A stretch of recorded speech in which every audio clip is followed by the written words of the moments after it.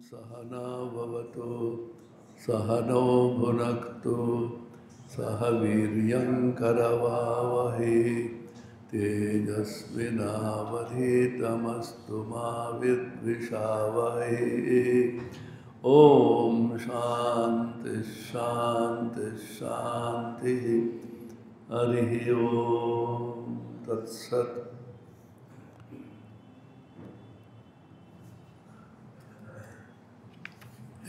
शांति मंत्र आप्यायन्तु लो।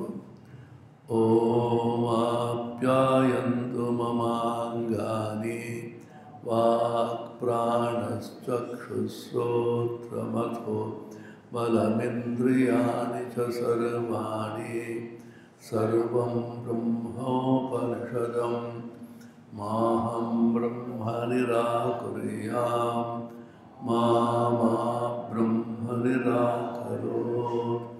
अनिराकरणमस्त्वनिराकरणं मेस्तु तदात्मनि निरतेय उपनिषत्सु धर्मास्ते मयि सन्तु ते मयि सन्तु। ॐ शान्ति शान्ति शान्तिः। हरिः ॐ तत्सत्। केनोपनिषद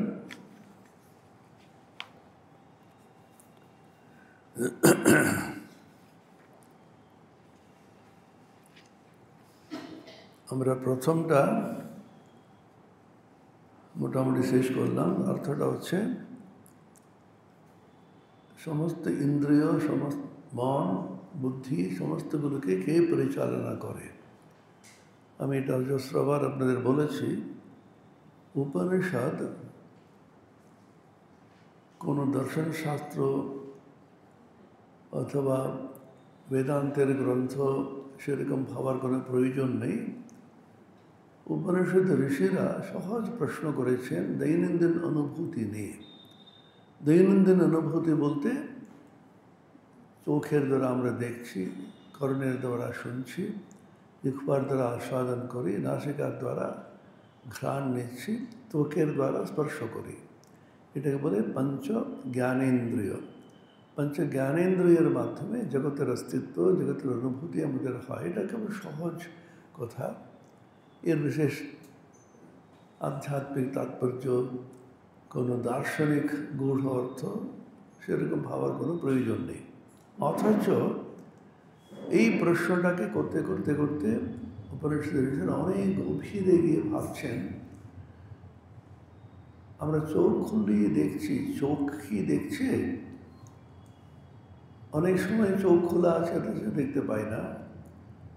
বিশেষ করে সুষুপ্তিতে আমাদের কান খোলা আছে, নাসিকা খোলা আছে, কিন্তু কোনোটাই অনুভূতি হচ্ছে না আমাদের। তার মানে শুধু চোখ থাকলেও হবে না, ইন্দ্রিয় থাকলেও হবে না, মন থাকলেও হবে না, মনের একটি শক্তি যোগাবার একজন চাই।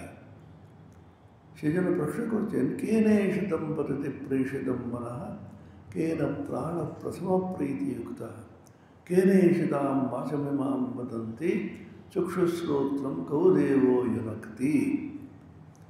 কোন শক্তির দ্বারা, কোন দেবতার দ্বারা প্রেরিত হয়ে, প্রেষিত হয়ে এই ইন্দ্রিয়গুলো কাজ করে যাচ্ছে।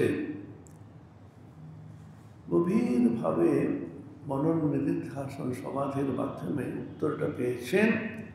চোখ কিন্তু দেখে না, চোখের একটা চোখ আছে, মনের একটা মন আছে, শ্রোত্রের একটা শ্রোত্র আছে, শ্রোত্রস্য শ্রোত্রম মনসো মনোয়ৎ পাচো হবাচম সব প্রাণস্য প্রাণঃ চক্ষুষ চক্ষুরতি মুচ্যধীরা প্রেত্যাস্মাদ লোকাৎ অমৃতা ভবন্তি। উত্তরটা পেলেন। এই ছাড়া কোনো ভাষা নেই। চোখের চোখ, মনের মন, আমরা কিন্তু ধান্দার মতো লাগে আমাদের, কিন্তু উত্তরটা হলো চোখের শক্তি, মনের শক্তি, ইন্দ্রিয়গুলির যে ক্ষমতা, সেটা আসছে অন্য কোনো উৎস থেকে। সেই উৎসের নাম হচ্ছে ব্রহ্ম। পরবর্তীকালে বলবেন। চোখ থাকতে দেখতে পাচ্ছে না, কিন্তু চোখকে যে পরিচালনা করে, সেজন্য এখানে বলছেন তাহলে সেই ব্রহ্মবস্তু কি?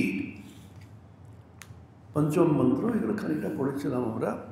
পঞ্চম মন্ত্র দেখুন, यद् वाचानभ्युदितं येन वागभ्युद्यते तदेव ब्रह्मत्वं विद्धि नेदं यदिदमुपासते यन्मनसा न मनुते येनाहुर्मनोमतं तदेव ब्रह्मत्वं विद्धि नेदं यदिदमुपासते यच्चक्षुषा न पश्यति येन चक्षुंषि पश्यति तदेव ब्रह्मत्वं विद्धि नेदं यदिदमुपासते यच्छ्रोत्रेण न शृणोति येन श्रोत्रमिदं श्रुतं तदेव ब्रह्मत्वं विद्धि नेदं यदिदमुपासते यत्प्राणेन न प्राणिति येन प्राणः प्रणीयते तदेव ब्रह्मत्वं विद्धि नेदं यदिदमुपासते।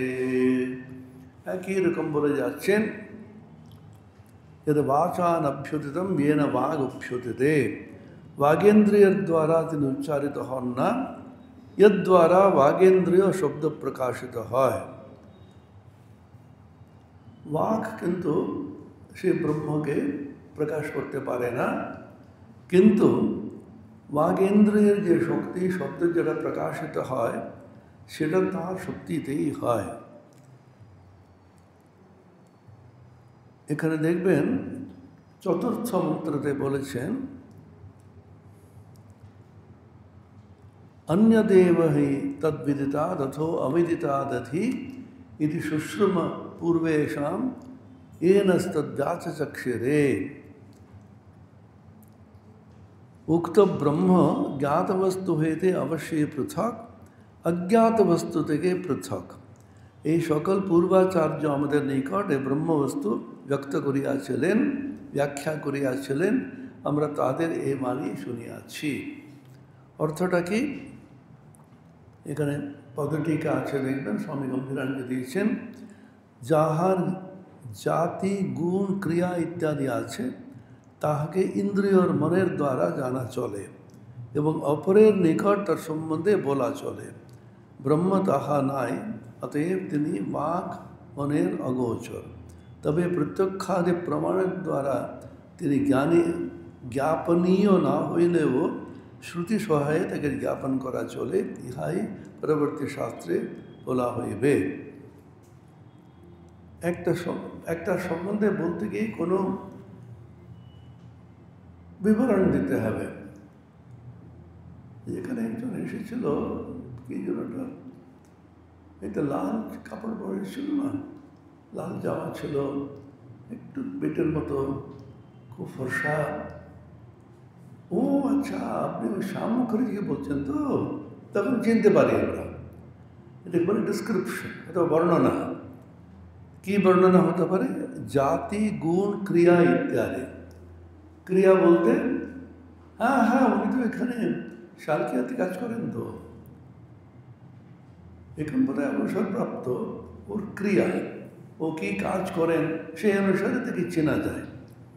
আর গুণ, খুব গুণী মানুষ, অত্যন্ত দরদি, খুব দয়ালু, তার বিভিন্ন রকম গুণ আছে। অথবা ওরে মহারাগী, ও চটে যান না। বিভিন্ন গুণের দ্বারা আমরা কিন্তু চিনতে পারি, বিভিন্ন ক্রিয়ার দ্বারা জানতে পারি, জাতির দ্বারা জানতে পারি। তখন যাদের ব্রাহ্মণ ক্ষত্রিয় ইত্যাদি বলতো, যে কোনো মানুষকে, যে কোনো বস্তুকেও তাই। এই টেবিলকে কী করে চিনতে পারি? এর আকার থেকে চিনতে পারি, সেটা কতটা বড় কতটা ছোট। যে কোনো বস্তু তার গুণ, তার জাতি, তার ক্রিয়া। ল্যাপটপ কম্পিউটার আর ডেস্কটপ কম্পিউটার দুটো তফাৎ কী করে জানতে পারি আমরা? আমরা বলি কোলে করে নিয়ে যাওয়া যায়, এইটুকুর মধ্যে চলে আসে, ও ল্যাপটপ বলছেন তো। অর্থাৎ যে কোনো জিনিসকে চিনতে গেলে জাতি, গুণ, ক্রিয়ার মাধ্যমে আমরা চিনতে পারছি। কিন্তু ব্রহ্মর কি জাতি? ব্রহ্মবস্তু আমরা বলি, পরম বস্তু। আচ্ছা, ভগবান কি ব্রাহ্মণ না ক্ষত্রিয় না শূদ্র? তার কোনো জাতি নেই। জাতি নির্বিশেষে সকলের জন্য। আর অদ্বৈত বেদান্তের যে চূড়ান্ত বলছে, তার গুণও নেই, তার কিন্তু আকারও নেই। ও অনেক ধর্মশাস্ত্র বিভিন্ন, তারা কিন্তু ঈশ্বরের আকার মানে না। ঈশ্বরের কোনো আকার নেই, ঈশ্বরের কোনো রূপ নেই, অরূপ। আর ঈশ্বরের কোনো জাতি নেই। আমরা কিন্তু ব্রাহ্মণ ক্ষত্রিয় নিয়ে তো মারামারি করছি। ঈশ্বর বলছেন, আরে বাবা আমি কোনোটাই নই। আজকে বিশ্বকর্মা পুজো হচ্ছে, জানেন তো চারিদিকে। বিশ্বকর্মা বলছেন, বিশ্বকর্মা কিন্তু সমস্ত বিশ্বকে সৃষ্টি করেছেন, আর শিল্পের অধিপতি বলা হয়। ওকে কিন্তু হাতে দিয়েছে হাতুড়ি, একদিকে দিয়েছে বিভিন্ন অস্ত্র, ইদানিং দিচ্ছে একটা হাতে যেন ওনার আছে ল্যাপটপ, আর একটা হাতে ওদের হচ্ছে পেন ড্রাইভ, আর একটা হচ্ছে মাউস, আধুনিক যা যা হচ্ছে। অর্থাৎ যত শিল্প টেকনোলজি, সরস্বতী বিদ্যালয়ের ছাত্রী, উনি বই বিনা শান্ত সাত্বিক অনেক কিছু রাখেন। ইনি তো শান্ত তো হতে পারে না, হাতুড়ি মেরে সব করতে হচ্ছে ওদেরকে। সমস্ত বিশ্ব ব্রহ্মাণ্ড পাহাড় পর্বত এগুলো সৃষ্টি করতে গেলে কত হাতুড়ি লাগবে।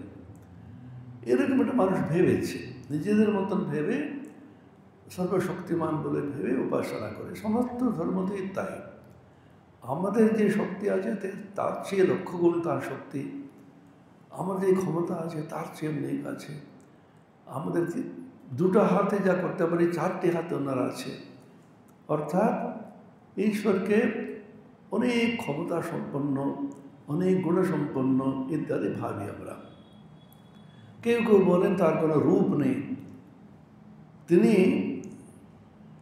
স্ত্রী না পুরুষ সেটাও জানি না। কথামৃতের গল্প মনে আছে? একজন মা কালীকে পইতে দিয়েছে, এখনো কিন্তু দেওয়া হয় আমাদের বেলুর মঠে সর্বত্র। মা কালী তো স্ত্রী, এবার পইতে পড়বে কেন? তখন একজন এসে বলল, আরে কালীকে তুমি পইতে দিয়েছো কেন? তখন ভাই তুমি সত্যি সত্যি চিনেছ মনে হচ্ছে মাকে, আমি চিনতে পারলাম না তিনি পুরুষ না স্ত্রী। কখনো পুরুষ কখনো প্রকৃতি, কখনো শূন্য রূপারে, মায়ের যে ভাব ভাবিয়া কমলাকান্ত সহজে পাগল হলো রে শ্যামা, মাকে আমার কালো রে। জানেন এই গানটা? স্বামীজির প্রিয় গান ছিল। যেই দিন মহাসমাধিতে উনি দেহ রাখবেন সেই দিন ঠাকুরকে ধ্যান টান করে সিঁড়িতে নামছেন এই গান করতে করতে। মা কালী কি কালো কে বলছে আমি তো জানি না। কালো রূপা দিগম্বরী হৃদীপ করে আলো রে। উনি এত কালো, অথচ হৃদপদ্ম দেখলে উজ্জ্বল হয়ে যায়। কবিরা বিভিন্ন রকমের ভেবেছে, গেয়েছে, অর্থাৎ তার রূপটা জানা যায় না, বোঝা যায় না। অথচ রূপ কল্পনা করি আমরা, ওর গুণ কল্পনা করি। কেন?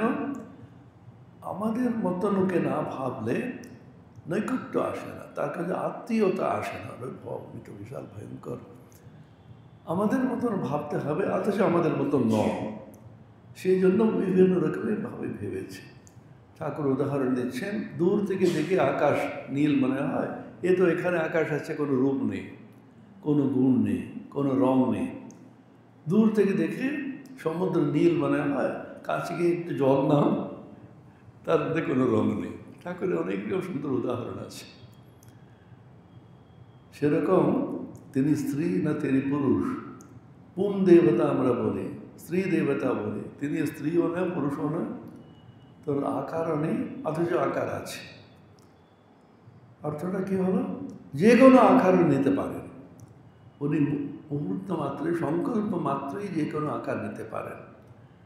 আমরা সেই জন্য আমরা সিংহকে পুজো করি, কুকুরকে পুজো করি। বেদে আছে কুকুরগুলো বসে নাকি বেদ পাঠ করছিল। সেই জন্য হিন্দু ধর্মকে অনেক রকম নিন্দা করে লেগে তোমার ইট কাঠ পাথরকে পুজো করো, তুমি গাছপালা পুজো করো, নদীকে পুজো করো, আমরা বেশ করি। এই কারণে সর্বত্র সেই বিশাল ব্রহ্মাণ্ডে বিরাজ করে আছেন সেই ব্রহ্ম। তিনি আকার, তিনি সাকার, তিনি নিরাকার। ঠাকুর কি বললেন? তিনি সাকার, তিনি নিরাকার। সাকার নিরাকারের পারে আরও কত কি। উনি কি, ওটাকে মনের দ্বারা জানা যাবে না, বুদ্ধির দ্বারা জানা যাবে না। এটা বিভিন্ন রকম বলা হয়েছে। সেজন্য বলছেন সেটা কিন্তু জানা যায় সেরকম বস্তু থেকে পৃথক, আবার জানা যায় না সে বস্তু থেকেও পৃথক। তার অর্থ কী হলো? যে জানা মানে কি? আরও গভীরে যেতে হবে। What is knowledge? এ নিয়ে পাশ্চাত্য দর্শন, প্রাচ্য দর্শন, সর্বত্র ভিন্ন অনেক রকম হচ্ছে। What is knowledge? How do we know? আমরা এই বইটা জানি বলছি, ওই লোকটাকে চিনেন? হ্যাঁ চিনি তো। চিনি মানে কি? এটা শুনতে কিন্তু অবাক লাগে। কি চিনা মানে কি? চিনা মানে চিনা, জানা মানে জানা। জানা কীভাবে আমাদের হচ্ছে? অদ্বৈতে অনেক রকম ব্যাখ্যা আছে। অদ্বৈত মতে হাউ ডু উই নো, এটা নিয়ে আলোচনা হয়েছে। বলছেন আমাদের অন্তরতম প্রদেশে যে আত্মবস্তু আছেন, নিত্য শুদ্ধ মুক্ত স্বভাব, তার সান্নিধ্যেই সবগুলোকে জানতে পারি আমরা। We know everything in and through the atman. সেজন্য বলছেন, ব্যাখ্যা কীভাবে করছেন ওরা, আমি যখন এই ছবিটাকে দেখছি, ঘড়িটাকে দেখছি, তখন মন ইন্দ্রিয়ের দ্বারা বহির্গত হয়ে সেই বস্তুর আকার ধারণ করে। এটাকে তদাকারকারিতা বলে। সারদা দেবীর ছবি ওখানে আছে, সারদা দেবীর ছবি এখানে আছে। আমি যে মুহূর্তে গেলাম, আমার মন চক্ষুর দ্বারা নির্গত হয়ে এই ছবির আকার ধারণ করে। তবুও কিন্তু ছবিকে চেনা যাচ্ছে না। এটা হচ্ছে প্রথম পদক্ষেপ, প্রথম সোপান। মন ইন্দ্রিয়ের দ্বারা বহির্গত হয়ে এই বস্তুর আকার ধারণ করল। দ্বিতীয়ত, আত্মবস্তুর যে চৈতন্য যেটা আছে, সেই চৈতন্য এই বস্তুরূপে পতিত হয়ে এই বস্তু সম্বন্ধীয় আমাদের অজ্ঞানকে দূর করে। তখন এই দুটো মিলে বস্তুকে আমি জানি, বস্তুকে দেখি, আই নো দিস অবজেক্ট ইত্যাদি বলা হয়। এটা একটা প্রক্রিয়া, কীভাবে হচ্ছে এটা বলার চেষ্টা করছে। এখন বলছেন ব্রহ্মকে কি জানা যায়? ব্রহ্মকে কীভাবে জানা যায়? জানা মানে কি? এটা হচ্ছে ছোট ছোট জিনিস প্রশ্ন করেছেন। আমরা বলি হ্যাঁ জানি জানি, জানিটা মানে জানি মানে কি? অর্থটা হচ্ছে দৈনন্দিন অনুভূতিতে সহজভাবে আমরা বলে যাচ্ছি মুখে, তাকে গভীর তাৎপর্যপূর্ণভাবে বিশ্লেষণ যদি করি, অনেক কিছু জিনিস আরও গভীরতম প্রদেশে প্রবেশ করতে পারি। জানা মানে একটা বস্তুকে আমি হচ্ছে জানছি, এই বস্তু হচ্ছে জানা যাচ্ছে। যাকে জানা যাচ্ছে তাকে সংস্কৃতে জ্ঞেয় বলা হয়। যে জানছে তাকে বলা হয় জ্ঞাতা। জ্ঞাতা জ্ঞেয়কে জানছে কিসের মাধ্যমে? জ্ঞানের মাধ্যমে। অর্থাৎ জ্ঞাতা, জ্ঞেয়, জ্ঞান, এই তিনটিকে বলে ত্রিপুটি বলে হয়। যে কোনো জিনিসের তিনটি থাকবে। আমি শব্দটা শুনলাম, আমি হচ্ছে শ্রোতা, শুনছি। যেটা শুনছি সে হচ্ছে শ্রুত, যার মাধ্যমে শুনছি, শ্রবণ প্রক্রিয়া। শ্রোতা, শ্রুত, শ্রবণ। জ্ঞাতা, জ্ঞেয়, জ্ঞান। দ্রষ্টা, আমি দেখছি, যেটাকে দেখছি সে হচ্ছে দৃশ্য, এবং যে প্রক্রিয়ার মাধ্যমে জানছি সেটা দর্শন। দ্রষ্টা, দৃশ্য, দর্শন, এই তিনটি না হলে, ত্রিপুটি না হলে কোনো জ্ঞান হয় না। এখন ব্রহ্মকে জানতে গেলে ব্রহ্মকে এটা বস্তু হতে হবে যেটা আমি জানছি, জ্ঞেয় পদার্থ হতে হবে, তাই তো? ব্রহ্ম জ্ঞেয়, আমি জ্ঞাতা, জ্ঞানের মাধ্যমে জানছি। I am the subject, Brahman is the object, and through the process of knowledge, I know the object. Subject knows the object. সাধারণত তাই হয়। এখন ব্রহ্ম কিন্তু অবজেক্ট অথবা জ্ঞেয় হতে পারে কি না? কেন হতে পারে না? Brahman is eternal subject. ব্রহ্মটা কি? আত্মস্বরূপে আমাদের অন্তরে আছে, তাকে নাম হচ্ছে ব্রহ্ম বলে। যেই চৈতন্যের দ্বারা আমি কথা বলছি, যেই চৈতন্যের দ্বারা আমরা শুনছেন, শুনে একটু বুঝেছেন, একটু বুঝেননি, আনন্দ করে মাথা নাড়ছেন, মাথাটা নাড়াচ্ছে এটা কে? সেই চৈতন্য বস্তু বলছি আপনাকে, আর জোর করে নাড়ছে না। সেই চৈতন্য বস্তু আপনাকে বোধ করাচ্ছে, তাই তো? তাহলে জানবেন কী করে? শ্রবণেন্দ্রের মাধ্যমে শব্দগুলো প্রবেশ করে বুদ্ধিতে, অন্তঃকরণে এতে প্রতিভাত করাচ্ছে, সঙ্গে সঙ্গে হ্যাঁ বুঝেছি মনে কথা। বাচ্চারা যেমন বলে, কিছু বুঝতে গেলে বাচ্চারা বাবা। কিন্তু ব্রহ্মকে অবজেক্টিফাই করা যায় কিনা, অর্থাৎ ব্রহ্মকে বস্তুরূপে স্থাপন করা সম্ভব কিনা? কেন সম্ভব নয়? ব্রহ্ম হচ্ছে ইটার্নাল সাবজেক্ট। ব্রহ্মের মাধ্যমে আত্মস্বরূপে আমাদের অন্তঃকরণে অবস্থিত ব্রহ্মের মাধ্যমেই আমরা সমস্ত জগৎকে আমরা চিনছি, জানছি, অনুভব করি। তাহলে যে জানছে জ্ঞাতা, তাকে জ্ঞেয় পদার্থ রূপে কিন্তু তার করানো সম্ভব। Can the subject be objectified? এটা হচ্ছে ইংরেজিতে বলা হয়। জ্ঞাতাকে জ্ঞেয় করানো সম্ভব কি না? জ্ঞাতা যদি জ্ঞেয় হয়ে যান, তাহলে জ্ঞাতা জ্ঞেয় দুটি এক হয়ে যায়। জ্ঞাতা জ্ঞেয় এক হয়ে গেলে জ্ঞানটা কোথায় থাকবে?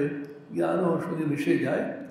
অর্থাৎ ত্রিপুটি যেটা আছে, জ্ঞাতা, জ্ঞেয় এবং জ্ঞান, তিনটি ঘুচে গিয়ে একটি অখণ্ড চৈতন্য মাত্র থাকছে। সেজন্য এরা বলছে ব্রহ্মকে কোনো জ্ঞেয় পদার্থ যেহেতু করা যাবে না, সেই জন্য ব্রহ্ম অবিদিত, ব্রহ্মকে জানা সম্ভব নয়। কিভাবে জানা সম্ভব নয়? ব্রহ্মকে আমার থেকে, আমার আত্মা থেকে পৃথক বস্তু বলে জানাটা সম্ভব নয়। কিন্তু জানবো কী করে? আমারই আত্মার সঙ্গে অপৃথক আমি সেই ব্রহ্মরূপে জানা যায়। এটা কি জানা বলা যায়? কঠিন লাগছে তো? এখন কথামৃতে আসুন। কী করে কঠিন কঠিন তত্ত্বকে সহজ করা যায়, ঠাকুর কীভাবে করে গেছে। সহজ একটি পংক্তি, সেটা এমনি সঙ্গে সঙ্গে বুঝতে পারবেন। ঠাকুর বলছেন কীরকম জানো? নুনের পুতুল সমুদ্র মাপতে গিয়েছিল, সঙ্গে সঙ্গে বুঝে নিয়েছে। তখন কি হলো? নুনের পুতুল কোথায় ছিল? সমুদ্র মাপতে গিয়ে নুনের পুতুল সমুদ্রতে গলে গেছে। এখন প্রশ্ন আমি করছি, উত্তর আপনাদের দিতে হবে। নুনের পুতুল সমুদ্রকে কি জানলো কি জানলো না? Yes or no? উত্তরটা হচ্ছে ইয়েস অ্যান্ড নো। নুনের পুতুল সমুদ্রকে জানলো কিভাবে? সমুদ্র হয়ে সমুদ্রকে জানলো। সমুদ্র হলো যখন, সমুদ্রকে জানে না বলতে, সমুদ্রেই তো বাস করছে, সমুদ্রেই ডুবে আছে, সমুদ্রকে জানি না কী করে বলবে? অথচ সমুদ্রকে জানলো না কেন? আমার চেয়ে অপৃথক, আমার চেয়ে পৃথক বলে জানতে পারলো না। আমি আছি, সমুদ্র আছে, এই সমুদ্রকে জানলাম, সে বলতে তার হতে পারে না, কারণ সমুদ্রই হয়ে গেল। সমুদ্র হয়ে যাওয়ার যে নুনের পুতুল, সমুদ্রকে জেনেছে বলা যাবে না, জানলো না সেও বলা যাবে না, কারণ সমুদ্র হয়ে সমুদ্রকে জানছে। তাহলে কি দাঁড়ালো? দুই রকমের জ্ঞান আছে। এটা বেদান্তের কথা সহজ করে বলছি আমি। বেদান্ত বলছেন দুই রকম প্রকার জ্ঞান আছে। একটা হচ্ছে to know something as an object, যে কোনো বস্তুকে জ্ঞাতা থেকে পৃথক এবং জ্ঞেয় পদার্থ বলে জানা, সে এক রকমের জ্ঞান। আর একটা জ্ঞান আছে জ্ঞেয় পদার্থ এবং জ্ঞাতা এবং জ্ঞান, এই তিনটি এক বস্তু বলে জেনে তাকে জানা। তাহলে ওকে জানা বলা যাবে না, অন্য কিছু শব্দ নেই বলে জানা আমরা বলি। ব্রহ্মকে জানতে হবে, ঈশ্বর লাভ করতে হবে। ঠাকুর বলছেন ঈশ্বর লাভই জীবনের উদ্দেশ্য। লাভ মানে এখানে ঈশ্বর আছেন ধরে আমরা কিন্তু লাভ করবো নাকি? তোমারই আত্মস্বরূপ তিনি। এটা কথার কথা বলি না বাংলাতে, কথার কথা তো আমরা বলি আত্মজ্ঞান, ব্রহ্মজ্ঞান, ব্রহ্মকে জানতে হবে, ঈশ্বরকে উপলব্ধি করতে হবে ইত্যাদি। সেজন্য বলছেন এক অর্থে ব্রহ্ম অবিদিত, জানা যাচ্ছে না। অন্য অর্থে ব্রহ্ম সর্বদা বিদিত। কেন? ও নিজেরই আত্মস্বরূপ। কেউ বলতে পারে না আমি আমাকে চিনি না। আপনি ওই অমুককে চিনেন? কে বলুন তো? খুব একটা চিনতে পারছে না তো। আপনি চেনেন না? ওই যে অমুক, ওকে চিনি, ওর বন্ধু। ও একে চিনি, ওকে চিনি না বলি আমরা। আপনি নিজেকে চেনেন? কি ইয়ার্কি করছেন নাকি? আপনি চেনেন কি না? আপনি কোথায় বাস করেন? তো শালকিয়াতে আছে, বালিতে আছে, পৌরাতে আছে। আপনার সঙ্গে কে কে আছে বলুন তো? আমার স্ত্রী আছে, আমার দুটি ছেলে আছে। এখন ছেলেরা বিদেশে আছে, বুঝতেই পারছেন তো, একা একা পড়ে আছি আমি। আপনার কে কে আছে বাড়িতে? আমি, আমার স্ত্রীও থাকে না, মাঝে মাঝে বাপের বাড়ি চলে যায়, আমি একাই আছি। আপনার সঙ্গে আর কেউ নেই? না। আপনার সঙ্গে আপনি আছেন তো? এই প্রশ্ন যদি করে সূক্ষ্ম পেয়েছেন, এটাই উপনিষদ। আপনার সঙ্গে আপনি আছেন কিনা? কি বলছেন বলুন তো? মাথা খারাপ হয়ে যাবে নাকি? মাথা খারাপ করার নামটা হচ্ছে উপনিষদ। আমার সঙ্গে আমি আছি কিনা? আমি না একটু ঋষিকেশ ঘুরে এলাম। কি একা গিয়েছিলেন নাকি? না, আমার বন্ধু একজন ছিল, ওর সঙ্গে গেছি। না, আমি একাই গিয়েছিলাম। আপনি আপনাকে নিয়ে গেলেন তো? আপনাকে নিয়ে গেছেন কিনা আপনি?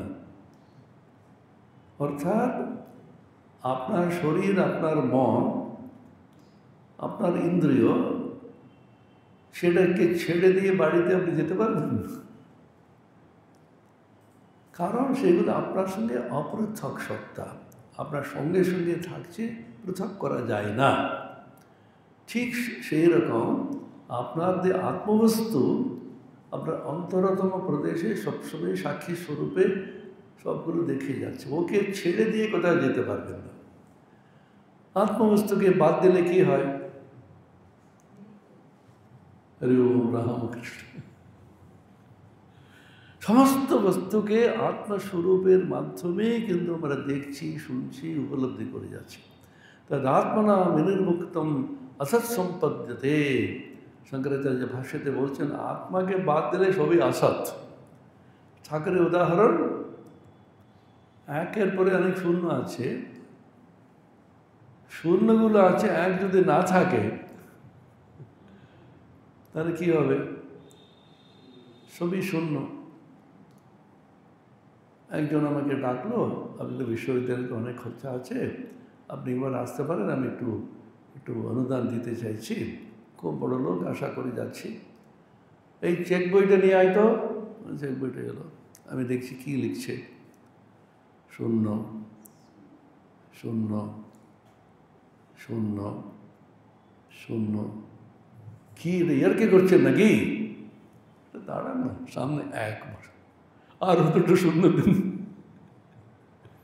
শূন্যগুলোকে কোনো মূল্যহীন বলে ভেবেছিলাম, যতক্ষণ না এক সামনে ছিল না।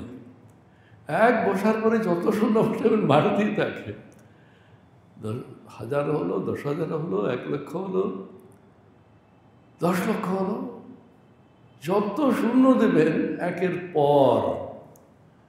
ঠাকুর কি অপূর্ব উদাহরণ! ঠিক সেরকম ঈশ্বরকে সামনে রাখো, আত্মাকে সামনে রাখো, ব্রহ্মবস্তুকে কেন্দ্রীভূত করে জীবনটা যাপন করো। ব্রহ্মবস্তু যদি থাকে সামনে, আত্মবস্তু থাকে, যা করবে তার মূল্যটা বেড়ে যায়। সেটাকে বাদ দিলে সমস্ত অসৎ হয়ে শূন্য হয়ে যায়। সংসার শূন্য হয় যদি না ঈশ্বরকে বাদ দাও। সেই জন্য ঠাকুর বলছেন, ঈশ্বরকে নিয়ে তুমি সংসার করো। তিনি যদি সামনে থাকলে সব পূর্ণ হয়ে যায়, তাকে বাদ দিলে সব শূন্য হয়ে যায়। ঠিক সেরকম এখানে বলছেন, আবিদিত বস্তু যাকে জানা যায় না,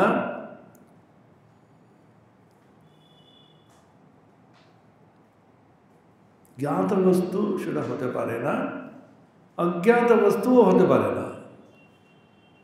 এটা কি বলছো সেটা আমরা তো জানি না। আমাদের পূর্বপুরুষেরা, আচার্যরা যা বলেছেন ওদের কাছ থেকে আমরা জানলাম।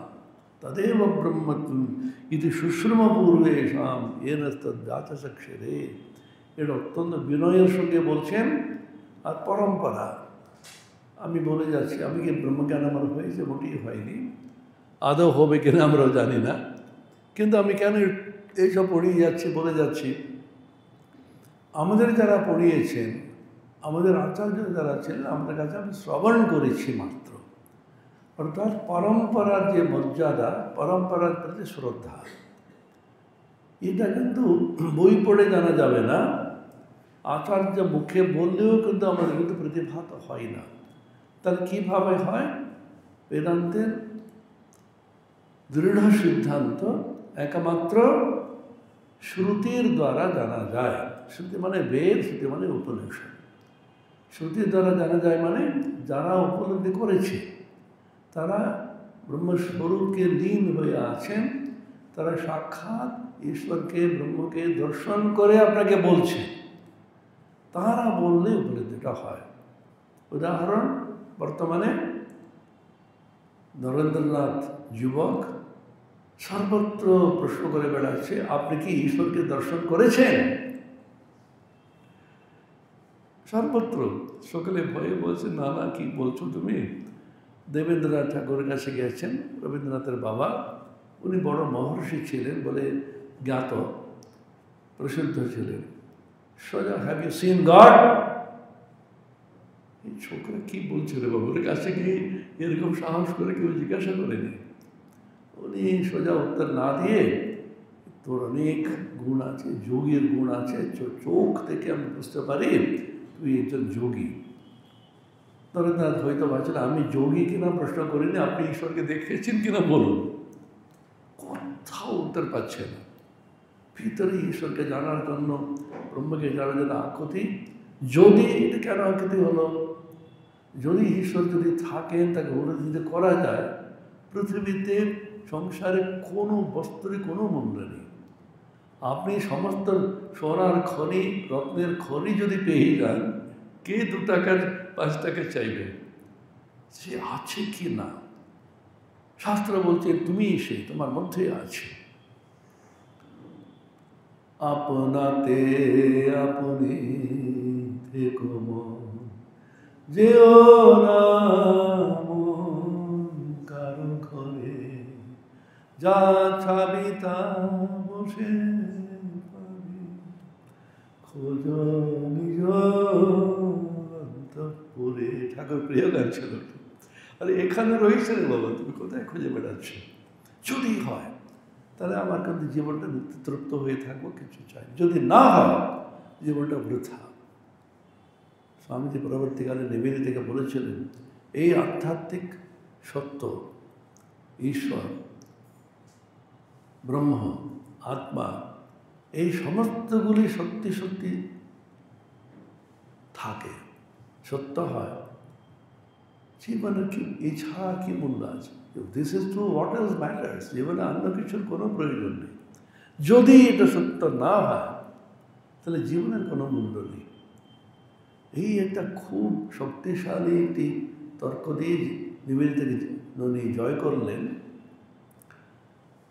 ঈশ্বর, আত্মা, অনেকে বলে না এগুলো কিছু নেই। এগুলো কিছু না থাকলে জীবনের কী মূল্য আছে? খাওয়া দাওয়া, ঘোরা, আস্তে আস্তে করে মৃত্যু হয়ে মরে যাওয়া, এটাই কি জীবন?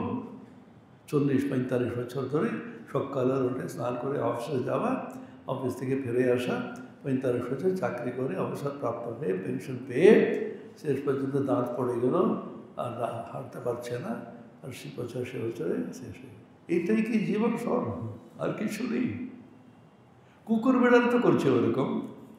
তার মনুষ্য জীবন পেয়ে, মানুষের শরীর পেয়ে আর উচ্চ উচ্চ উদ্দেশ্য কিছু আছে কি নেই? যদি না থাকে জীবনে কোনো মূল্য নেই, যদি থাকে উপলব্ধি করতেই হবে। এটা আকারটা একটা যুক্তি। This is true, what else matters? If this is not true, what do our lives matter? ওদের জীবনের কোনো মূল্য নেই যদি না আত্মতত্ত্ব, ব্রহ্মতত্ত্ব, ঈশ্বর তত্ত্ব সত্য খুঁজে বেড়াচ্ছে সর্বত্র। জীবনে কোনো মূল্য নেই, কেউই দেখেনি। একটি বড় বড় আচার্য, মহর্ষি এসব বলছে, ওরাও কিন্তু উত্তর দিতে পারছে না। কেন? হতাশ হয়ে গেল। শেষ পর্যন্ত হেস্টি বলে একজন অধ্যাপক ছিলেন স্কটিশ চার্চ কলেজে। স্বামীজি প্রেসিডেন্সি কলেজে ভর্তি হয়েছিলেন, কিন্তু অসুস্থ হয়ে ক্লাস টাস করতে পারেননি, তখন স্কটিশ চার্চে চলে গেলেন। তখন Scottish church college, Presidency college সবসময় একটা লড়াই ছিল। স্কটল্যান্ড আর ইংল্যান্ড সবসময় লড়তো। তো প্রেসিডেন্সি কলেজ যাদের ফেলে দিয়েছে, স্কটিশ চার্চ নিয়ে নেবে। যেমন সুভাষচন্দ্র প্রেসিডেন্সি কলেজে আন্দোলন শুরু করেছিলেন, সেই জন্য ওকে কিন্তু বিতাড়িত হয়ে স্কটিশ চার্চ বলে তুই এখানে আয়। স্কটিশ চার্চ কলেজে পড়েছেন হেস্টি বলে একজন ভদ্রলোক, ইংরেজি পড়াচ্ছেন। ওয়ার্ডসওয়ার্থের একটা কবিতা, এক্সকারশন বলে একটি কবিতা, সেই কবিতাতে ওয়ার্ডসওয়ার্থ সমাধি কথা আছে, ইংরেজিতে ট্রান্স মানে একটি অলৌকিক ইন্দ্রিয়াতীত একটা অনুভূতি। প্রকৃতিকে দেখে এমনভাবে সমাধিস্থ হয়ে যাচ্ছে, এটা নেচার মিস্টিসিজম বলা হয়। প্রকৃতিকে দেখে এটা মরমীয় মিস্টিকের একটা ভাব আসে। সেটা ছাত্ররা বুঝতে পারছে না, স্যার এটা কী বলুন তো? তখন বললেন, এটা সত্যি সত্যি দেখতে চাও, দক্ষিণেশ্বরে যাও, একজন রামকৃষ্ণ পরমহংস একজন আছেন, তার মুহুর্মুহু ভাব হয়, তখন গেলেন। সেজন্য আমি ভাবি সাহেব অধ্যাপকরা দুজন, তারাই আমাদের পরম গুরু।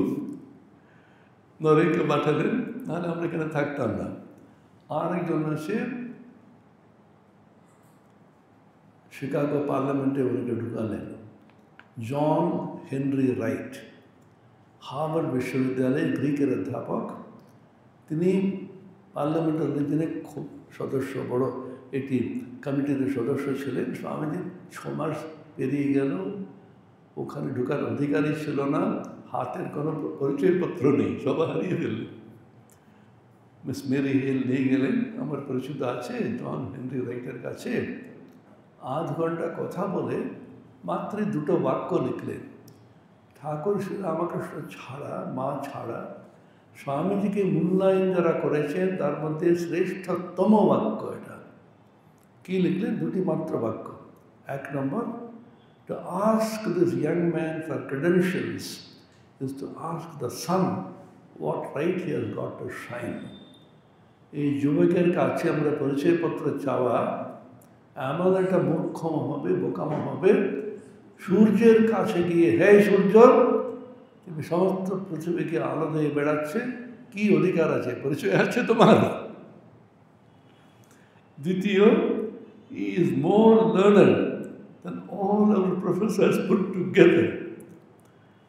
হার্ভার্ড বিশ্ববিদ্যালয়ে যত অধ্যাপক আছেন তাদের সমস্ত মাথায়, সমস্ত হৃদয়ে যে জ্ঞান আছে, সমস্তগুলোকে একেবারে সমষ্টিকৃত হয়ে, পুঞ্জীকৃত হয়ে যে জ্ঞান হবে, সেটা যুবকের মাথায় আছে। হাত করে কথা বল, ওই 2টি বাক্যের জন্য পার্লামেন্টে ঢুকতে পারল। সেই জন্য এই 2জন অধ্যাপক আমাদের বরেণ্য, আমাদের গুরুজন। কীভাবে স্বামীজি এক বাক্যে বুঝতে পারল? এইদিকে আমাদের ভারতবর্ষের মূর্খরা স্বামীজির বিরুদ্ধে কী না আন্দোলন করলো। স্বামীজি বললেন, তোমরা কি বুঝতে পারছো আমাকে? চলে এসো বলে গুরু ভাইরা লিখছে, আমি কী করবো ওখানে গিয়ে? মূর্খদের সঙ্গে থাকা, এখানে পণ্ডিতদের সঙ্গে আছি, ওরা আমাকে বুঝতে পারে। আমার কথাটা কিন্তু শ্রদ্ধা দিয়ে শোনে। এখনও স্বামীজির বিরুদ্ধে বই লেখা হচ্ছে। আমাদের মতন অকৃতজ্ঞ হিন্দু জাত জগতে কোথাও নেই। মহাপুরুষদের সকলের বিরুদ্ধে লিখতে থাকবো, তাতে নাকি বিশাল একটি বড় লেখক রবীন্দ্রনাথকে নিন্দা করবে, সুভাষচন্দ্রকে নিন্দা করবে, স্বামীজিকে নিন্দা করবে, বইটা কিন্তু বিক্রি হবে বড়। যাই হোক, আমি কেন বলতে চাইছি, এই আকুতি নিয়ে বলছেন এই কারণে, তাহলে জীবন বৃথা। জীবনে আর কোনো কিছু না থাকে অতীন্দ্রিয়, শাশ্বত, অপরিবর্তনীয়, নিত্যশুদ্ধ মুক্ত আত্মবস্তু যদি না থাকেন, ব্রহ্মবস্তু না থাকেন, ঈশ্বরবস্তু না থাকে, জীবনের কী মূল্য আছে? খাওয়া দাওয়া ঘোরা ইন্দ্রিয় সব শেষ। তাহলে কুকুর বেড়াল তো করছে এটা। মানুষ হয়ে আমাদের কি আছে? কি আমাকে তৃপ্তি দেবে? মানুষের তৃপ্তি কিন্তু ইন্দ্রিয় সুখে আসে না। কিছুদিনের জন্য যৌবন থাকে, যুবক যুবতীরা এরকম ঘুরতে থাকে। যত বয়স বাড়বে ততই বুদ্ধি বাড়বে, ততই সূক্ষ্ম বিচার বাড়বে, করলেই ভালো লাগে না। বিশাল চাকরি করছে, কত টাকা, তাতেও কি আছে? বিল গেটসের গল্পটা ওভাবে শুনি না, শেষ পর্যন্ত এত বদনাম হয়ে শেষ পর্যন্ত ইস্তফা দিয়ে চলে যেতে বাধ্য হলেন চরিত্রহীনতার জন্য। তাহলে কী হলো তোমার? ভারতবর্ষের চরিত্র, সচ্চরিত্র, পবিত্রতা এরূপে এত জোর হয়েছে, তো তুমি গরিব হয়ে থাকতে পারি, আমরা মূর্খ হয়ে থাকতে পারি, কিন্তু ভারতবর্ষে এখনও আজকের দিনেও এই মূল্যগুলোকে একেবারে শিরোধার্য করে রেখেছি, মাথায় করে রেখেছি আমরা। এখন দেখুন না, ভারতবর্ষে এত বড় দেশ, 140 কোটি মানুষ আছি আমরা। ওইদিকে পাকিস্তান, ওইদিকে বাংলাদেশ, ওইদিকে শ্রীলঙ্কা, তিনটি হলো। আর ভিতরে আছে এইটুকু দেশ নেপাল। কী অশান্তি, কী অশান্তি! যতই মারামারি করি না কেন, এত শান্তি আছে, এত আনন্দ আছে, যার জন্য অনেকে বিদেশে আছে, ভারতবর্ষে এসে থাকতে চাই। আমাদের একজন বিখ্যাত অধ্যাপক আছেন এখানে গণিত শাস্ত্র, ম্যাথামেটিক্সে, স্টিফেন বায়ার বলে। উনি অরিজিনালি জার্মান, তারপরে ইংল্যান্ডে ওনার একটা একেবারে স্থায়ী অধ্যাপনার একটা সুযোগ আছে, ছিলেন ওখানে। উনি সব ছেড়ে চলে গেছেন, আমি ভারতবর্ষে থাকবো। এরকম শান্তি, এরকম আনন্দ কোথাও পাইনি। তার ভারতবর্ষে ছাবেন কোথায়? বিভিন্ন তিরুবনন্তপুরমে ছিলেন, বিশাল বিশাল চাকরি, IIT-তে ছিলেন, দিল্লিতে, তারপরে ছিলেন কত বড় বড় সব সংস্থানে ছিলেন। সর্বত্র রাজনীতি মারামারি, বলছে খিরে বাবা এখানে। তারপরে খোঁজ খবর নিয়ে এখানে এলেন, বিশ্ববিদ্যালয়ে যখন হলো, উনি বলছেন এই তৃপ্তি আনন্দে বেরোনো উঠে আমি কিচ্ছু পাইনি। উনি ঠাকুরের কাছে গিয়ে বসে থাকেন তা না, এখানে থাকাটাই একটা আনন্দ। উনি বলে আমি কোথাও যাচ্ছি না, অনেক রকম চেষ্টা করলো ওকে নিয়ে যাওয়ার জন্য দেশে বিদেশে। কেন বলছি? শান্তি, আনন্দ, তৃপ্তি, তার কত মূল্য? আপনি 1 লক্ষ, 5 লক্ষ, 10 লক্ষ আপনার মাইনে হতে পারে, সারা প্যাকেজ। আপনি সর্বত্র দেখবেন কত প্যাকেজ, কত এল। আর এল নিয়ে কি করবে? এল মানে লক্ষ, প্যাকেজ নিয়ে কী হবে? শান্তি। আচ্ছা, শান্তির কত মূল্য, আনন্দের কত মূল্য? আমরা 10 টাকা পেয়ে রিক্সাওয়ালা কি আনন্দে আছে? স্বামী রঙ্গনাথানন্দ যে আমাদের পূজ্য প্রেসিডেন্ট ছিলেন, উনি দেশ বিদেশে করেছেন, কয়েকশো দেশে করেছেন, কয়েকশো বিশ্ববিদ্যালয়ে কিন্তু উনি ভাষণ দিয়েছেন। ভারতবর্ষে নিন্দা করা ওদের একটা হবের মতো। একজন উঠে বলেছেন, স্বামী, হোয়াটস ইউর কান্ট্রি? গরিব দেশ, ভিখারির দেশ, আমি ভারতবর্ষে ঘুরে এলাম, এই রিক্সাওয়ালা সাধারণ মানুষ গামছা বিছিয়ে রাস্তায় প্ল্যাটফর্মে শুয়ে আছে, এটা কি দেশ? তখন ও তাই নাকি, দেখেছেন এটা? হ্যাঁ, এইটাই আমাদের গর্ব। হ্যাঁ, এটা কী করে হলো? আচ্ছা, আমি একটা প্রশ্ন করবো, এখানে কজন আছে? 2000 লোক আছে। একটা প্রশ্ন সদুত্তর, ঠিক ঠিক উত্তর দিতে হবে। যারা রাত্রে ঘুমের ঔষধ ছাড়া ঘুমান, হাত তুলুন। একজনও হাত তুলুন।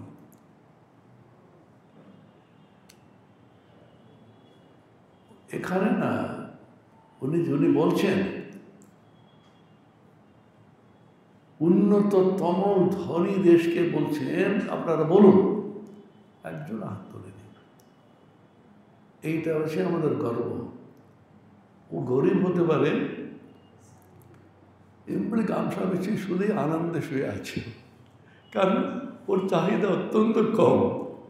দুবেলা অল্পটা খেলো, ছেলে মেয়েদের খাইয়ে দিল, ওর লোভ নেই, ওর ক্রোধ নেই, দ্বেষ নেই, মানে কিন্তু তৃপ্তি হয়ে আছে।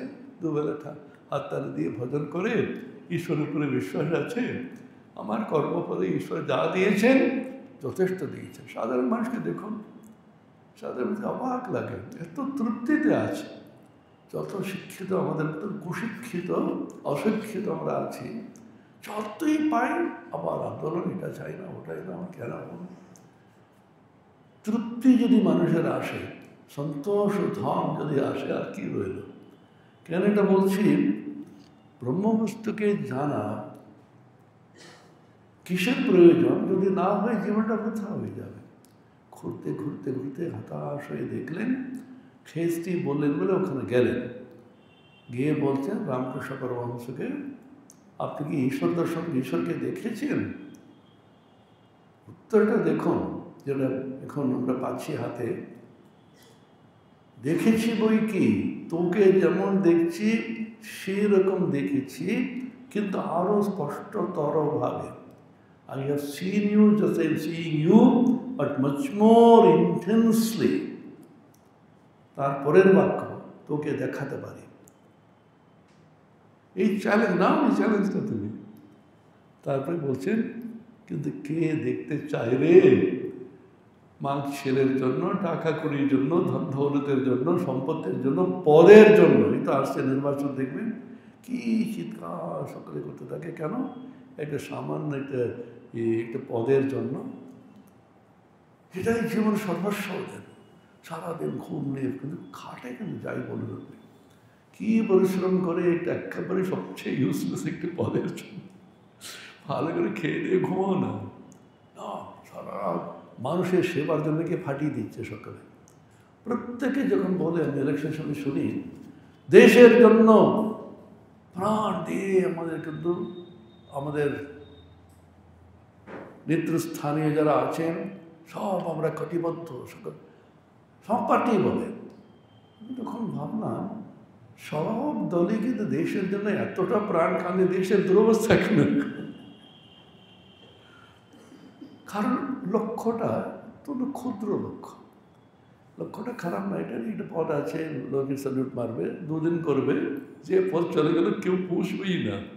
ও পিওনা কিন্তু উঠে দাঁড়াবে না। আমি দেখেছি তো, বড় বড় অফিসাররা রিটায়ার অবসরপ্রাপ্তের পরে একবার অফিসে গেছে, এরকম পা ছড়িয়ে বসে আছে, উঠছেই না।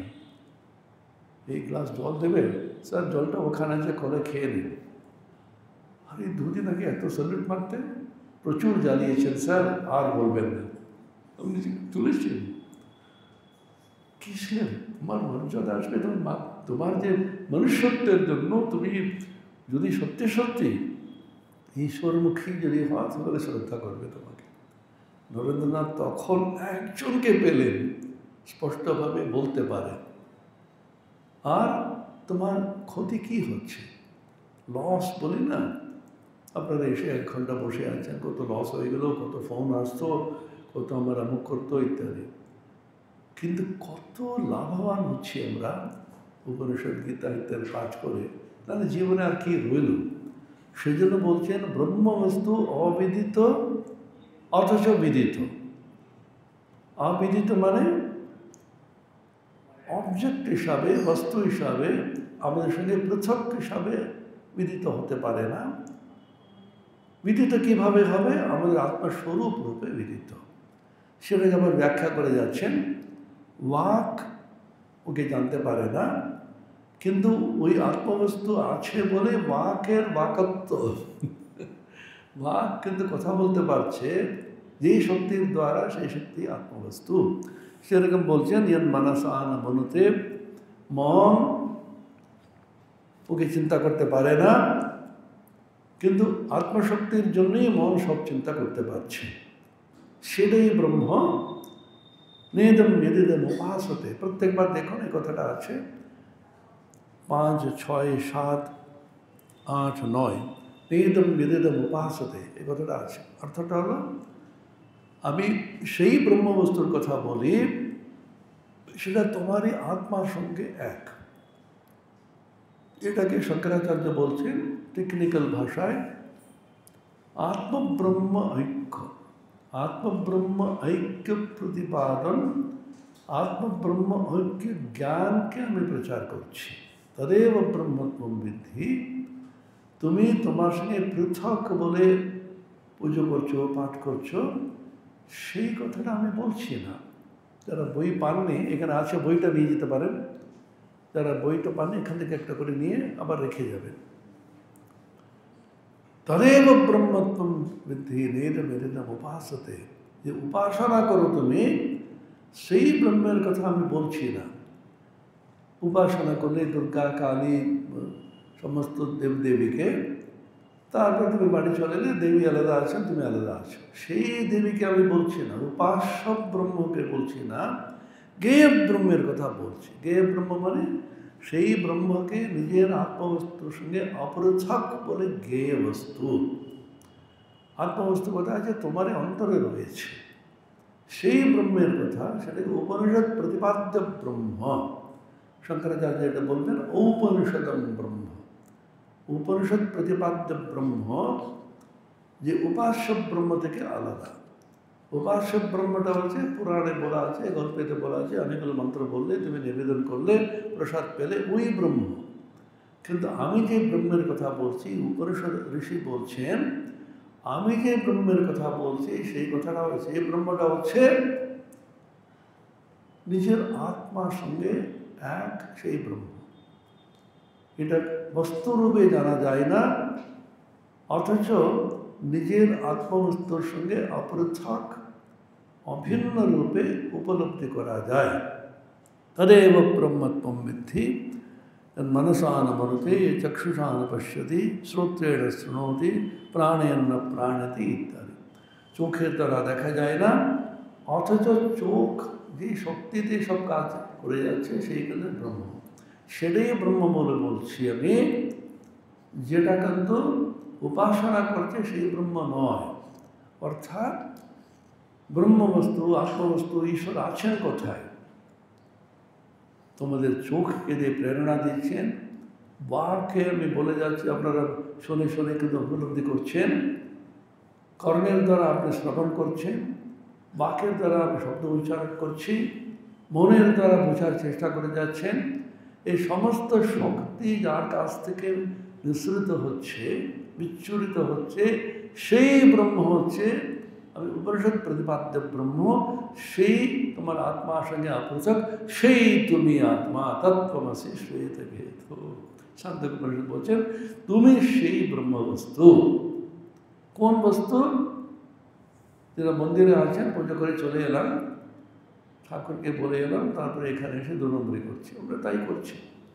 ওখানে কিন্তু 2 টাকা দিয়ে ঘুষ দিয়ে দিলাম, তারপরে ভগবানকে বললাম, ওনাকে অন্তরে আমি রূপে তোমার সঙ্গে সঙ্গে আসছেন। এটাই সমস্যা। হিন্দু ধর্মের যে ঈশ্বরটা খুব ভয়াবহ। এটা গল্প, অনেকগুলো বাড়িতে আলাদা করে ঠাকুর করতে পারে না। ওরা মনে করে যে এটা অনেক এত জায়গায় নষ্ট হচ্ছে, অথবা জায়গা নেই। একটা আলমারির মধ্যে কিছু ঠাকুর দেবতা আছে, কিছু ফুল টুল দিচ্ছে, ওখানে পর্দাটা লাগিয়ে দেয়, ছোট্ট একটা, ওখানে পর্দা দিয়ে মাঝে মাঝে আরতি করে, মাঝে মাঝে ফুল টুল দিয়ে রাখে। একবার বসেছে সপরিবারে, এটা টিভিতে চলছে, খুব সুবিধা নেই বইটা, বাচ্চাদের দেখার মতন আলো নেই। তখন ঠাকুরকে বন্ধ কর, টিভি চলছে এখানে, পর্দাটা লাগিয়ে দিল। যা, পর্দাটা লাগিয়ে দিয়ে ঠাকুর দেখবে না নাকি? আমাদের ঠাকুর, হিন্দু ধর্মের ঠাকুর হচ্ছে আয় আমি অন্তরে বসে দেখছি। অন্তরে আমি বলা হয়, অন্তরে যিনি থেকে সবগুলোকে যমন করেন, সবগুলোকে নিয়ন্ত্রণ করেন, সেই ব্রহ্মকে বলছে। তোমার প্রাণের প্রাণ, এখানে বলছেন প্রাণস্য প্রাণঃ মনসা ন মনতে মনোমতম শ্রোত্রস্য শ্রোতুম মনসো মনোয়দ বাচোহ বাচম সব প্রাণস্য প্রাণঃ। অন্তরতম প্রদেশে এসে তোমাদের বাক ইন্দ্রিয়, তোমার শ্রবণেন্দ্রিয়, তোমাদের দর্শনেন্দ্রিয় সবগুলোকে নিয়মন যিনি করেন, তুমি যখন খেয়ে দিয়ে খুব তৃপ্তি করে ঘুরে বেড়াচ্ছ, সেই খাবারটা হজম করছে এটা খেয়ে। আপনি কি ছুটি নিচ্ছেন? এত খেয়ে নিয়েছি sir, half day casual leave দিন, আমি হজম করতে হবে বলছেন। সেই অন্তরে আমি অন্তরে বসে তোমার উদরের মধ্যে প্রবেশ করে তুমি যত রাজ্যের অপদার্থ জিনিসগুলোকে খেয়ে যাচ্ছ সবগুলোকে হজম করে, যেটা কিন্তু হজম হয় না সেগুলো ফেলে দিয়ে তোমাকে সুস্থ রাখছে। আবার বলে আরে তুই এসব খাচ্ছিস রেখে বা আমি পাচ্ছি না, আবার খা। আচ্ছা তুই আমারই সন্তান, ঠিক আছে আমি কষ্ট করে করি। That infinite God is entering into your bowels as a scavenger and cleaning all your night soil.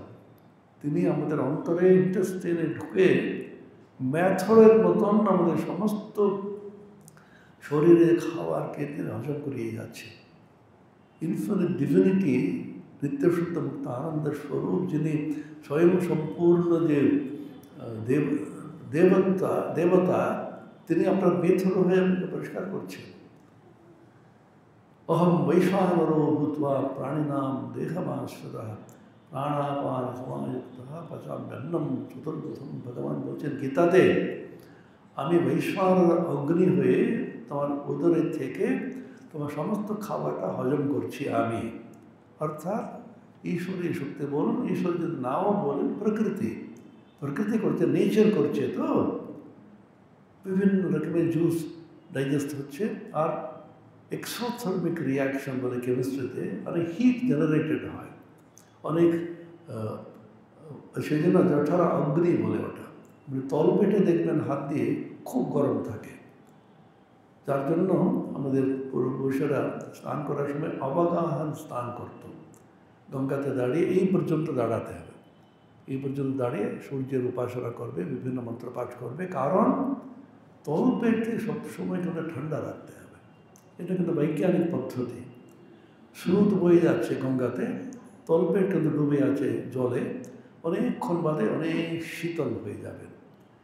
যখন শিবরাত্রিতে আমি যখন গত বছরের পর বছর একসঙ্গে করেছি এটা, সারাদিন উপবাস করে, নির্জলা উপবাস করে, সারা রাত বসে পুজো পাঠ ভজন গান এসব করে, সকালবেলা এত ক্লান্ত লাগে, সকালবেলা প্রসাদ খাওয়ার আগে গিয়ে গঙ্গাতে এই পর্যন্ত দাঁড়িয়ে সূর্য যা উঠছে যখন, पूषन्ने कर्षे यमसूर्य प्राजापत्यव्यूहरश्मीन् समूहतेजो यत्ते रूपं कल्याणतमं तत्ते पश्यामि योऽसावसो पुरुषः सोऽहमस्मि। সূর্যের উপাসনা গায়ত্রী মন্ত্র জপ করে 8 ঘন্টা দাঁড়ান, স্নান করতে হবে না, কি শীতল হয়ে যায় শরীরে, সমস্ত ক্লান্তি চলে যায়।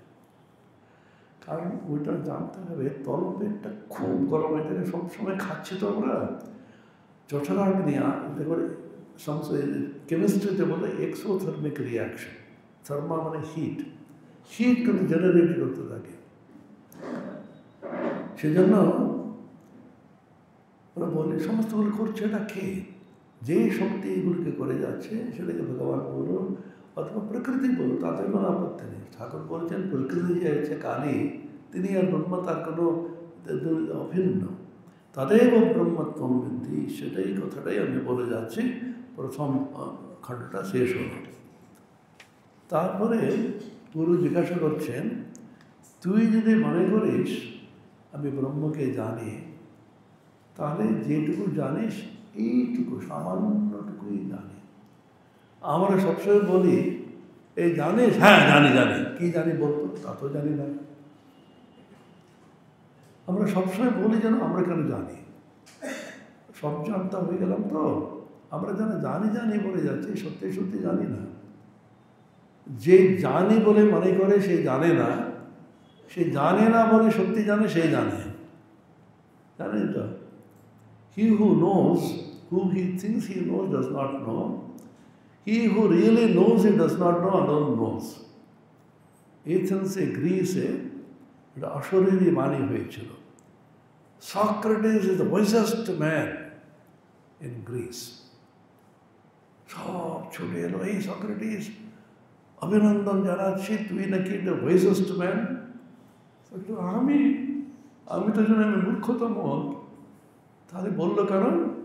অনেকক্ষণ ঠিক বুঝেছি, আমি একমাত্র জানি, আমি কিছু জানি না বলে। প্রত্যেকটি মনে করে আমি কিছু না কিছু জানি, আমি একমাত্র মানুষ জানি, আমি একদম কিচ্ছু জানি না। কি জানতে পারবেন বলো তো? বিশাল বিশাল বিজ্ঞানী, একবার নোবেল পুরস্কার প্রাপ্ত। আমি ওদের ঠাট্টা করে বলি আমাদের বন্ধুদের, ভাইরোলজি এক্সপার্ট, এত পুরস্কার পেয়েছে। আরে ভাইরোলজি, কোভিড-19 কি কিছু করতে পারলি? পৃথিবীর বিখ্যাত বিখ্যাত যত রাজ্যের ভাইরোলজিস্ট নোবেল পুরস্কার প্রাপ্ত, সকলকে এইটুকু ও চোখে দেখাও যাবে না। ভাইরাসটা কি জানেন? ভাইরাসের কোনো জীবন নেই, লাইফলেস। অথচ কোনো জীবনটার সঙ্গে একটু ছোঁয়া লাগলো, লাইফ এসে যায়। মাল্টিপ্লিকেশন, এটাকে প্রলিফারেশন বলে, আর ভেরিয়েশন। চাক করে মহিষাসুর আর রক্তবীজ, এর কম্বিনেশন হচ্ছে কোভিড-19। এত ভয়াবহ হয়েছে। মহিষাসুরকে মারতে যাচ্ছেন দুর্গা দেবী, চট করে সিংহ রূপ নিয়ে নিল। সিংহকে মারতে যাচ্ছেন, হাতি হয়ে গেল। হাতিকে মারতে যাচ্ছেন, তাহলে খড়কা বাণী হয়ে গেল। সেই অর্ধেক মহিষাসুর, অর্ধেক, কত রূপ পরিবর্তন হলো। এটা হচ্ছে কোভিড-19। আর রক্তবীজ, একটি বিন্দু রক্ত যদি পতিত হয় ভূমিতে, সমান আর একটি রাক্ষস এসে গেল।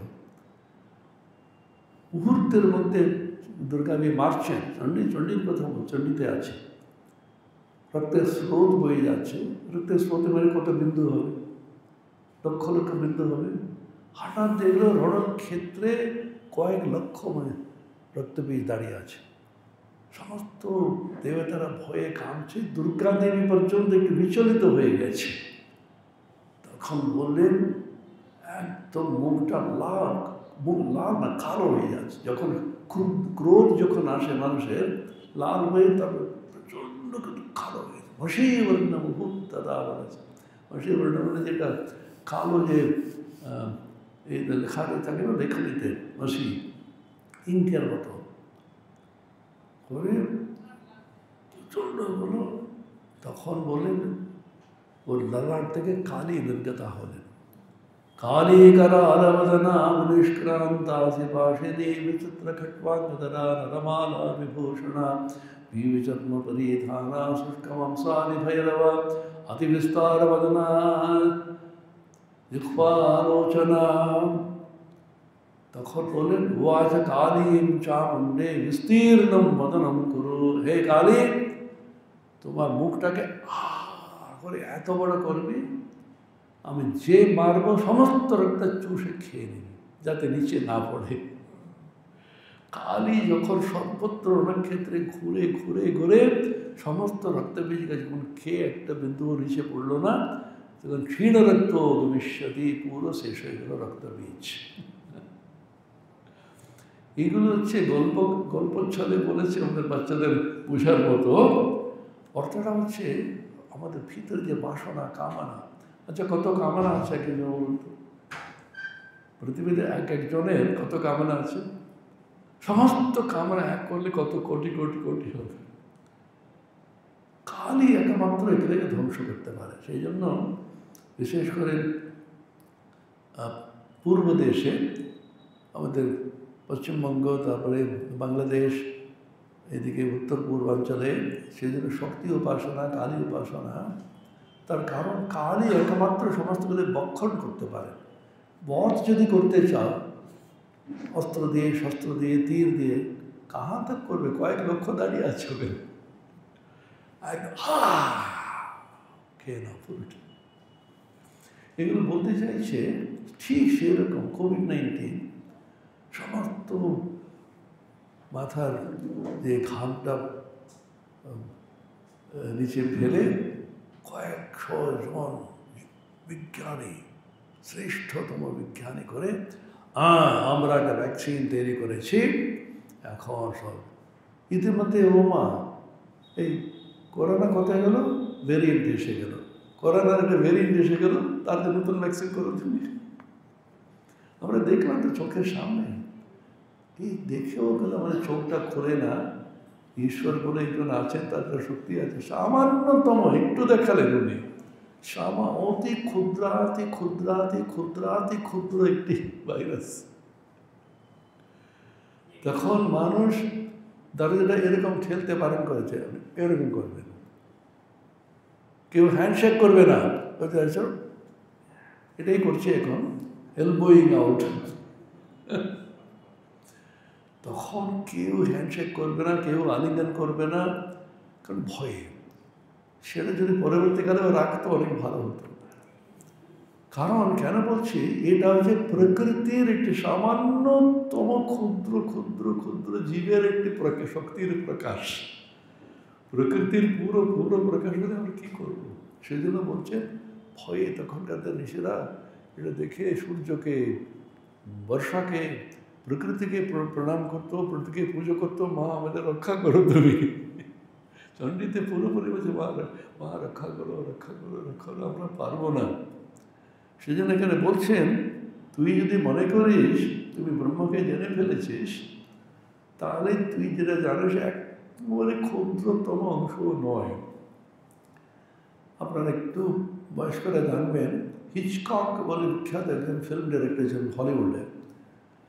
তার একটা ফিল্ম বেরিয়েছিল, আমরা যখন ছাত্র, দ্য বার্ডস বলে, পাখি, নামটা হচ্ছে দ্য বার্ডস। এখন ইউটিউবে পেয়ে যাবে, যদি পান অবশ্যই দেখবেন।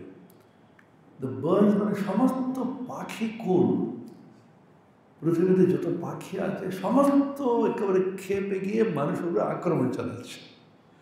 কি ভয়াবহ! আপনি দরজা খুলেন, পাখি দাঁড়িয়ে টক টক টক টক করে যাচ্ছে, সব সঙ্গে বলে আছে, টুক টুক করতে করতে করতে একদম দরজা ভেঙে গেল, পাখি এক গাতে ঢুকে আক্রমণ। মানুষ কোথায় পালাবে? দেখাচ্ছে প্রকৃতিকে বেশি ঘাটাবে না। প্রকৃতির উপর অত্যাচার যদি করো, লোভ বশত, যেটা হচ্ছে ওদের সর্বত্র, যেটা এত অতিবৃষ্টি, অনাবৃষ্টি, ভেঙে পড়ে যাচ্ছে, মানুষের লোভ। 20 তলা 50 তলা করতে থাকো, 2 মুহূর্তে পৃথিবী একটু সামান্য করে এক মুহূর্তে ভেঙে দেব। একটি ভূমিকম্প 0.0001 সেকেন্ড। সেই জন্য প্রকৃতিকে অত্যন্ত ভয়ে ভয়ে প্রণাম করো। মা প্রকৃতিকে মাতৃদেবী, দেবী রূপে পূজা করছি আমরা। কারণ প্রকৃতি শক্তির সামনে বাহাদুরি দেখাতে যাবে না। তোমাদের বিজ্ঞান কি করবে? I don't believe in God. দুটো থাপ্পড় দিলে পড়ে গেলে তুমি। যারা যারা ঈশ্বরের অবিশ্বাসী, তো করোনাকে তুমি করো না, কী করো না দেখি। আমি অনেক বিজ্ঞানীদের বললাম, এত বড় বিজ্ঞানী, পারছি না কীভাবে এত কষ্ট করে ভ্যাকসিন হলো 3 বছর ধরে, ওর চাপ করে অন্যরকম চলে গেলে বেরিয়ে গেল। মাল্টিপ্লিকেশন, মুহূর্তের মধ্যে মাল্টিপ্লাই হয়, এক মুহূর্তের মধ্যে লক্ষ লক্ষ কোটি কোটি মাল্টিপ্লাই হয়। সেই শক্তিটা দিল কী করে? এইটুকু ভাইরাস। তাহলে আমাদের মধ্যে কত শক্তি আছে এটা ভাব। মনুষ্য শরীর, মানুষের শরীরের সম্বন্ধে একটু ভাবনা, আর কিচ্ছু না। আমাদের digestive system, elementary system, reproductive system, neural network, মাথা থেকে পা পর্যন্ত আমাদের যে শক্তি কী আছে মানুষের, ওইগুলি নিয়ে কী করি? অপব্যয় করি, অপরে মারার জন্য, অপরে দ্বেষ, ঘৃণা, মারামারি, সকলের প্রতি একটা কী করে একে মারা যায়, কী করে, এইটাকে নষ্ট করে যাচ্ছি আমরা। সেই জন্য বলছি, তুই মনে করিস না ব্রহ্মকে জেনে ফেলেছিস।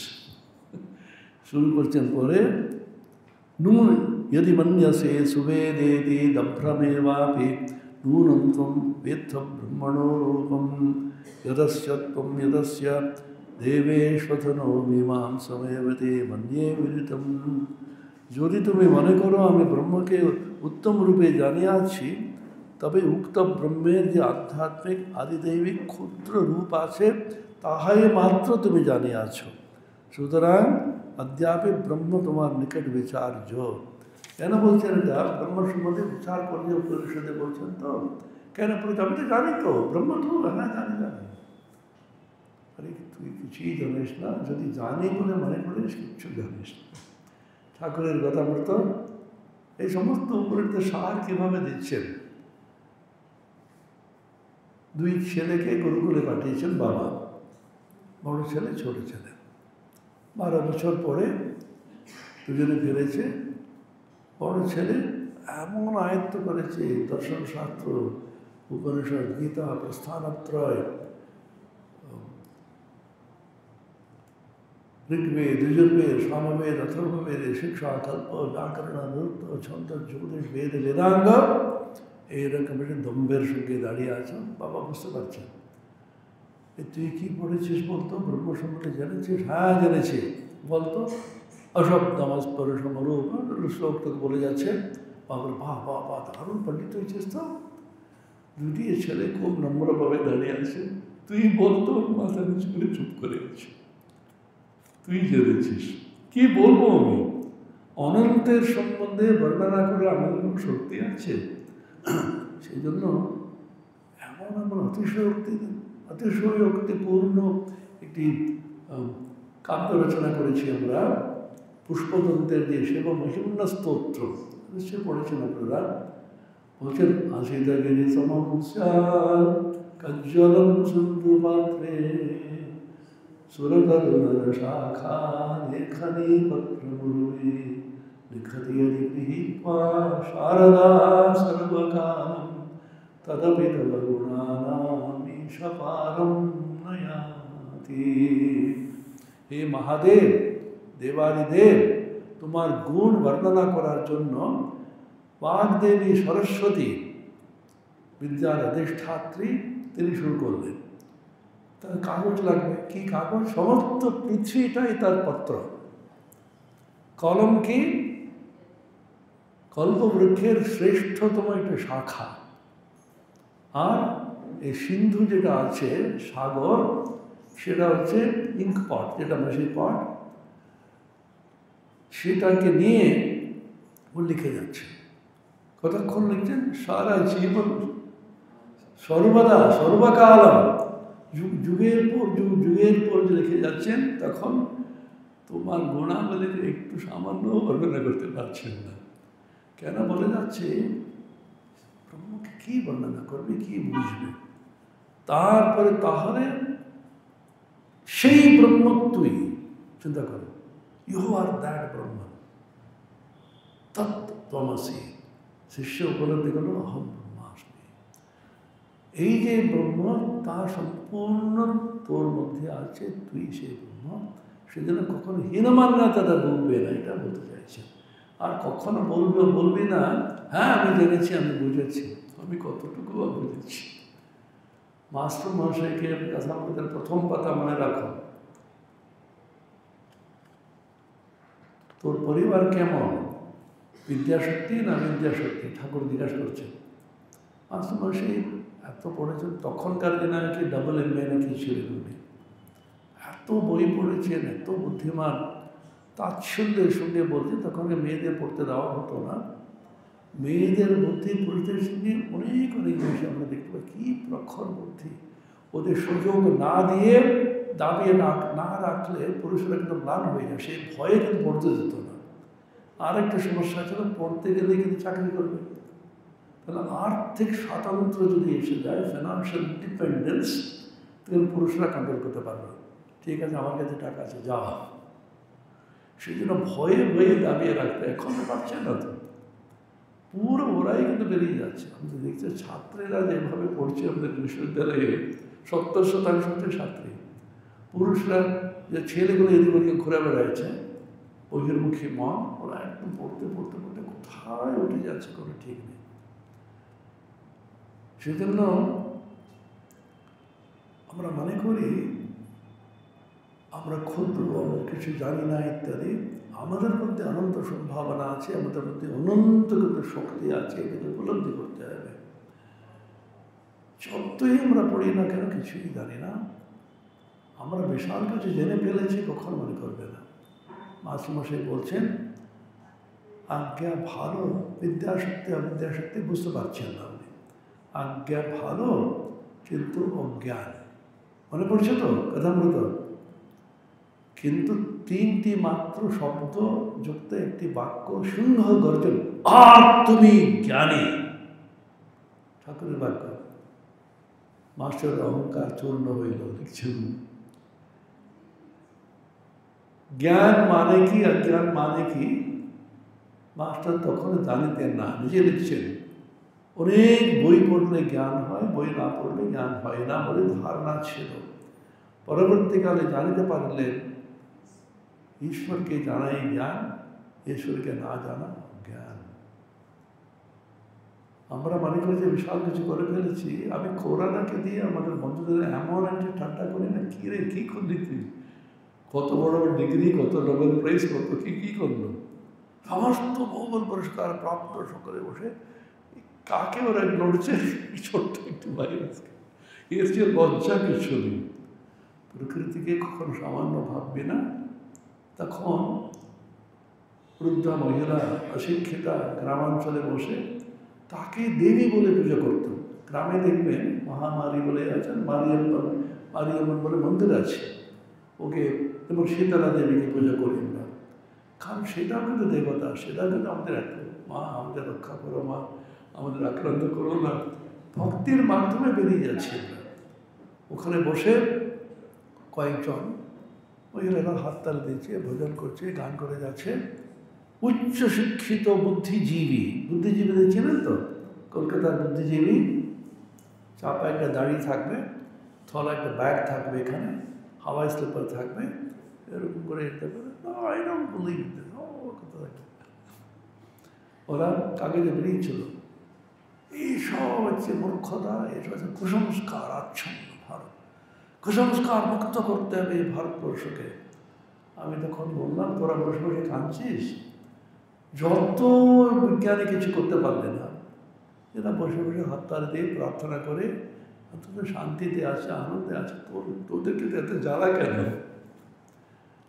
যারা বেশি লেখাপড়া করে কি আনন্দে ভোজন করে, কি আনন্দে আছে, এদের সহ্য হয় না।